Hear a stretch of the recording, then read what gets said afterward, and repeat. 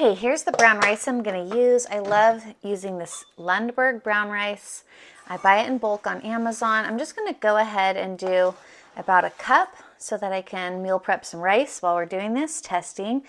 And I'm just gonna pour it in there. Now, one of the other reasons why I bought this machine too is it had this specific model because it has like I think 120-minute capacity before you really need to recharge it again. And I feel like that would be important if you're trying to wash a lot of stuff. So I'm going to set it to setting 2 and then put it in there because that's the one that does the grains. And I'm wondering if like the rice is going to fall in there. I hope not. Now I would let the ultrasonic cleaner do its 5-minute cycle, and then I also let it sit for just about 10 minutes. So this is all the residue that came off the top. Let's go ahead and pour that out. I mean, it's definitely stuff that you don't want in your food.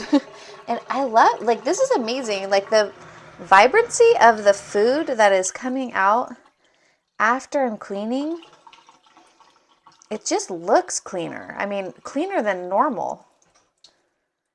And it just is a good feeling. Yeah, look at that.